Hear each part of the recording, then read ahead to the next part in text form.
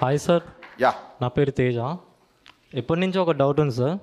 ఇప్పుడు క్లియర్ చేద్దాం. మీకు త్రివిక్రమ్ గారికి ఏవో గొడవలు ఉన్నాయని చెప్పి ఆర్టికల్స్లో రాశారు. నాకు త్రివిక్రమ్ గారికి కూడా ఆర్టికల్స్ వచ్చినాయి. ఆర్టికల్స్ వచ్చినాయని చెప్పారు చాలామంది. ఓకే, అది నిజమేనా? మంచిగా వచ్చినాయి సార్. నేను అసిస్టెంట్ డైరెక్టర్గా అవ్వకముందే త్రివిక్రమ్ గారు 2 సార్లు 3 సార్లు మొత్తం ఆయనకి 5-6 నంది అవార్డ్స్ వచ్చాయి ఓన్లీ ఫర్ డైలాగ్స్. నేను చిన్నప్పటి నుంచి ముళ్ళపూడి వెంకటరమణ గారు, జంధ్యాల గారు, ఈవెన్ మాయాబజార్ డైలాగులు కూడా నాకు. సో ఈవి సత్యనారాయణ గారి సినిమాలో డైలాగ్స్. సో డైలాగ్స్ అనే వాటికి ఒక సపరేట్ ప్యాషన్ ఉండేది, నాకు చాలా ఇష్టం ఉంటుంది. సో అలాగే నేను అసిస్టెంట్ డైరెక్టర్ అవ్వకముందు నుంచి త్రివిక్రమ్ గారి డైలాగ్స్ అంటే చాలా ఇష్టం. అప్పటికే ఆయనకి 3 సార్లు నంది అవార్డు వచ్చింది. నాకంటే చాలా సీనియర్ ఆయన. అంటే నేను ఇండస్ట్రీకి వచ్చాక మళ్ళీ ఆయనకు వచ్చిన అవార్డ్స్. బిఫోర్ నేను చెప్తున్నా, నాకంటే చాలా సీనియరు. ఇవన్నీ కాకుండా ఇంకొక పెద్ద విషయం ఏంటంటే, నేను ఎక్కడ చెప్పలేదు, ఎవరు అడగలేదు ఈ క్వశ్చను. మా నాన్నగారు త్రివిక్రమ్ గారికి చాలా పెద్ద ఫ్యాన్. ఎంత పెద్ద ఫ్యాన్ అంటే, అతడు సినిమా ఆయన కొన్ని 100 సార్లు చూసుంటారు. అంటే మా ఇంట్లో ఒక రకంగా త్రివిక్రమ్ గారే పెద్ద అబ్బాయి. చూడండి, అన్నయ్య బాగా చదువుతున్నాడు, నువ్వేంట్రా ఇలా అన్న టైప్లో మా నాన్నకు ఒకసారి నేను ఏమన్నా కొంచెం కమర్షియల్ పంచ్ డైలాగులు ఫైట్లు ఎక్కువ ఉంటే నా సినిమాలో, త్రివిక్రమ్ గారి సినిమా చూడరా అని చూపిస్తుంటారు. మా నాన్నగారికి త్రివిక్రమ్ అంటే అంత ఇష్టం.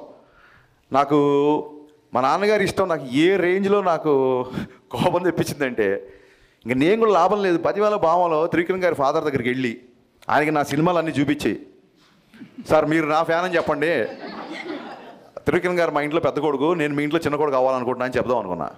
సో త్రివిక్రమ్ గారు అంటే నాకు అంత రెస్పెక్ట్. అది ఇంకా ఈ చెప్తున్నా కదండి, సోషల్ మీడియాలో వచ్చే ఈ ట్రోల్స్, టార్గెట్స్ ఇవన్నీ మనం చూసి నవ్వుకోవాలి అంతే.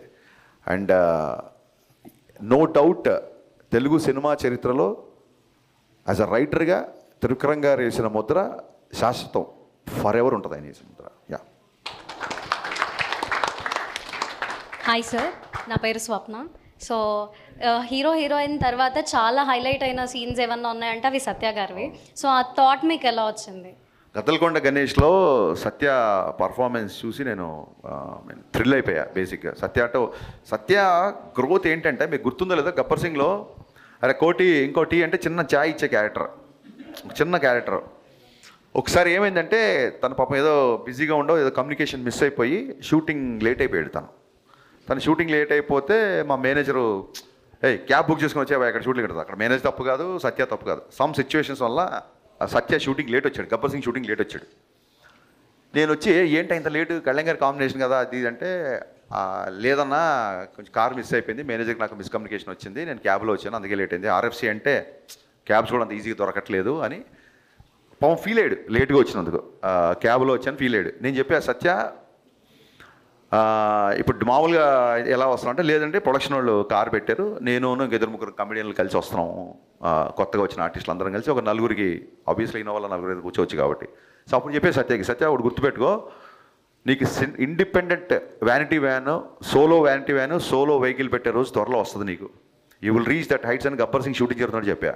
అండ్ సత్య నేను ఊహించిన దానికంటే కూడా ఎక్కువ సక్సెస్ కొట్టాడు. సత్య టైమింగ్ అన్నా, సత్య డైలరీ అన్నా, అసలు డైలాగ్ లేకుండా ఇవాళ స్క్రీన్ మీద సత్య వస్తే నవ్వుతున్నారు. నేను విమల్లో చూస్తే నా డైలాగ్ గొప్పతనం కాదు, సత్య స్క్రీన్ మీద వచ్చి కామ్గా ఉన్నా అతని ఎక్స్ప్రెషన్ కూడా నవ్వుతున్నారు. సో సత్య అనే అతను మిస్టర్ బచ్చన్లో ఐ ఫీస్ట్, అంతే ఐ ఫీస్ట్. సత్య గురించి మళ్ళీ చూడొచ్చు cinema. Hello sir, my name is Khulud Azam. My question for you is that what according to you is the best thing about Mr. Bachchan? What according to me is the best thing about Mr. Bachchan? Best thing about Mr. Bachchan is like as so many fans said to me, చాలా రోజుల తర్వాత, చాలా సంవత్సరాల తర్వాత, in fact complete mass Maharaj element ఏదైతే ఉందో అది entertainment అవ్వచ్చు, లుక్స్ అవ్వచ్చు. ఎవరైతే వింటేజ్ మాస్ మహారాజ్ మిస్ అయ్యమన్నారో, ఒక వింటేజే కాదు ఓల్టేజ్ మాస్ మహారాజ్ చూపించాం. అండ్ మాస్ మహారాజ్ ఇప్పుడున్న పరిస్థితులలో, ఇప్పుడున్న కాంటెంపరీ సినిమాలు లవ్ స్టోరీ చేయడం కుదరదు. సో కొంతమంది అడిగారు, ఇప్పుడు ఎందుకు అన్నయ్యతో లవ్ స్టోరీ పెట్టారు, ఆయన ఏజ్ లవ్ స్టోరీ చేసే ఏజ్ అని అడిగారు. సో నేను చెప్పిన సినిమా 90స్లో జరుగుతుంది. సో రవి అనే ఏజ్ 90స్లో ఎంత ఉంటుంది? సో అప్పుడైతే లవ్ స్టోరీ చేసుకోవచ్చు కదా. సో అలాగే చూపించాము.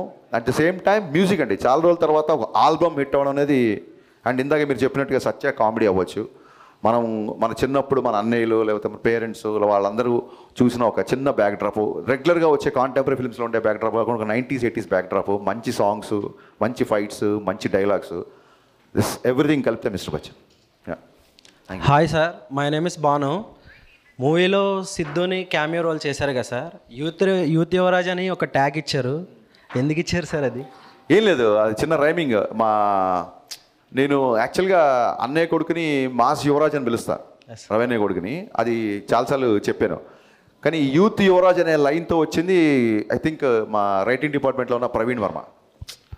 ఆ మాస్ మహారాజ్ పంపించిన యూత్ యువరాజ్ అనే ఆ థాట్ చెప్పింది మా ప్రవీణ్ వర్మ. సో చాలా డైలాగ్ బాగుంది కదా అని చెప్పేసి. అండ్ సిద్ధు ఎంట్రీకి థియేటర్ ఎరప్ట్ అవుతుంది. And once again thank you so much Siddhu, thanks a lot for doing that cameo. Thank you sir. Hi sir, good afternoon. Yeah ma'am. My name is Eva.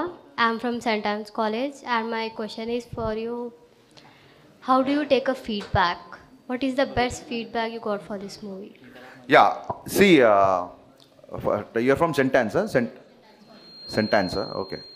St. Francisకి నేను MBA కోచింగ్కి వెళ్ళేవాడిని actually. So I got confused with your college. బేగంపేటలో ఉండే saint ఫ్రాన్సిస్కి I used to go Times అనే institute ఉంటే అక్కడ నేను MBA కోచింగ్ తీసుకున్నాను. So suddenly I felt that college ఏమో అని. సో ఫీడ్బ్యాక్ అనేది వెరీ ఇంపార్టెంట్. ఇప్పుడు నేను సాంగ్ రాగానే మిక్కిజే మీరు ఒక ట్యూన్ ఇవ్వగానే even before the lyrics I make it listen to all my assistants, my team, producers అందరూ వినిపిస్తాం. ఇక్కడ ఏంటంటే మన గదిలో కూర్చున్న 10 మందికి నచ్చకపోతే రేపు థియేటర్లో కూర్చున్న 100 మందికి ఎలా నచ్చుద్ది అనేది నా సింపుల్ కాన్సెప్ట్. సో చెప్పాను కదా, ఫీడ్బ్యాక్ ఎలా తీసుకుంటారంటే బెస్ట్ ఎగ్జాంపుల్ నేనే. నాకు పర్సనల్గా చిన్నప్పటి నుంచి కిషోర్ కుమార్ గారు అన్నా లేదా రాజేష్ కన్నా ఈ మ్యూజిక్ చాలా ఇష్టం. ఎక్కడో నా ఫేవరెట్ సాంగ్స్ నా ప్లేలిస్ట్ మీ ప్లేలిస్ట్ అవ్వాల్సిన అవసరం లేదు, అంతే కదా.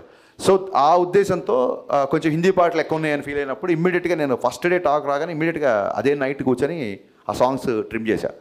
So any criticism that will make me to correct is I'm ready to take. Any criticism that's going to attack I'm also ready. Thank you sir. Thank you. Hello అన్న, నేను ప్రణీత్.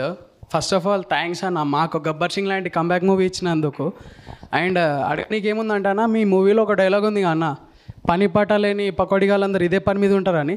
అది దేన్ని ఉద్దేశించి అన్నారన్న? అది నీడ్ నాట్ బి మీడియా. అసలు media గురించి అనలేదు. మీడియాలో ఎక్కడో 2-3 నాకు ఏదో చిన్న ఆర్గ్యుమెంట్లు, డిబేట్ లాంటి వచ్చి, కానీ ఎంటైర్ మీడియా కాదు, మీడియానే వాళ్ళ సినిమాని విపరీతంగా సోషల్ మీడియాలో కావచ్చు, ఎలక్ట్రానిక్ మీడియా వచ్చి ప్రమోట్ చేస్తుంది. ఊళ్ళల్లో కొంతమంది ఉంటారు ఆ వీధుల మీద కూర్చొని లేకపోతే చెట్ల కింద కూర్చొని టీ బాటిల్ దగ్గర కూర్చొని, వాళ్ళకి ఏమీ తెలియదు.